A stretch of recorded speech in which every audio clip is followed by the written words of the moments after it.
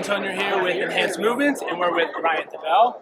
You guys know him with Movement Fix and T-Tool, which I do want to do a separate video with T-Tools, but we are going to talk about the Jefferson Curl and just getting some perspective from a professional who's been in the field for a while on the thoughts of the Jefferson Curl, who should be doing and maybe who shouldn't be doing it. So just kind of curious to hear what some of your thoughts are. Yeah, well, so I've interviewed a lot of people about the Jefferson Curl, right? Because, you know, we're taking, well, let's explain it like this, right? We have a hip hinge pattern, like a deadlift, which we would load heavy. And it's segmental, meaning the hip joint is going into flexion or extension, depending on the direction or phase that you're going through. And the spine is trying to be held neutral as an isometric. Okay? The Jefferson Curl is a completely different thing. It's a segmental, like a full segmental motion. It's not, well, when I say segmental the first time, it's like the lumbar spine in that case is a segment, and the hip joint is a segment. So the hip joint's moving, and the lumbar spine segment as a whole, all the joints are staying the same relative to each other. In the Jefferson Curl, you're looking at flexion of all the joints in a flexion forward bending pattern. Hip joint, L5, S1, L4, L5, right? That's the difference. So then the question is, why would somebody do it? And is it bad or is it good? Well, the largest range of motion, the direction and plane for the lumbar spine is flexion and extension. What happens to the hip joint if you don't flex your lumbar spine at the end range of hip flexion? You start to get some impingement of the joint. So we kind of do this weird thing with squatting and deadlifting, right? We hold the lumbar spine and the pelvis tight, and then we take the hip joint and bend it into a firmly held pelvis. Now, naturally, you would never do that. The pelvis would rotate when you get to the end range of hip flexion naturally.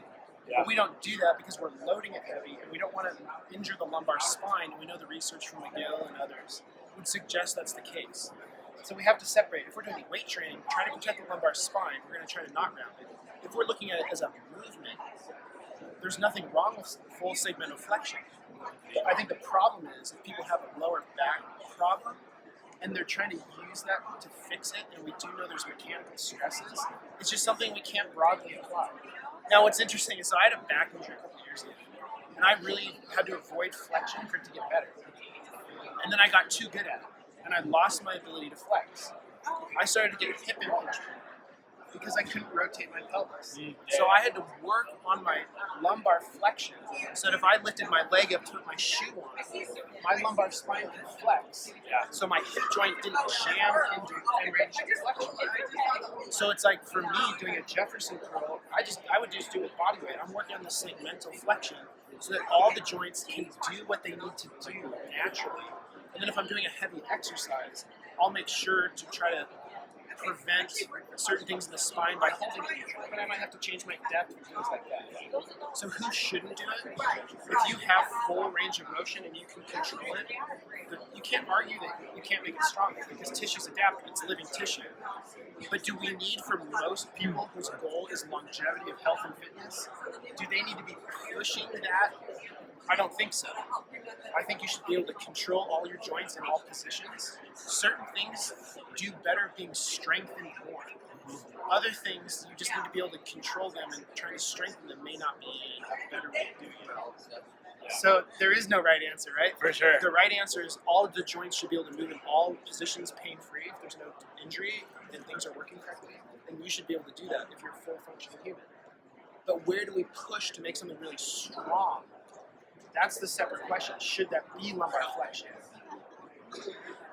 And I think what's interesting, so I've had a couple patients with the chronicity, which I've kind of dealt with myself, is I know that lower part of the lumbar spine, just it's not that it doesn't like it right now where it's highly sensitized, but it's been that way before, and now I live kind of like here, and I don't flex very well in that specific segment. So I've been trying myself to work on that, and I found with some patients working on a lot of segmented or isolated lumbar flexion, whether that be like a cat or like a cat-cow, which is a little bit more challenging, but like a child's pose and different things like that, and then progressing to just like a long sit, a toe touch.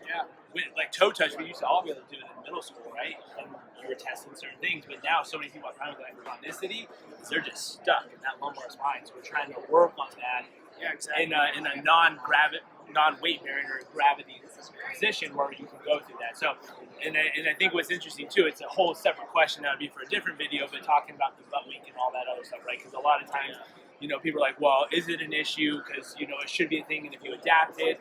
But I think the tough part and the big question is context. It always is just, it's relative, and so many people are like, especially with Olympic lifts, is I want to err on the conservative side, preventing butt weak as much as I can, because it's underload and there's speed and a lot of other factors.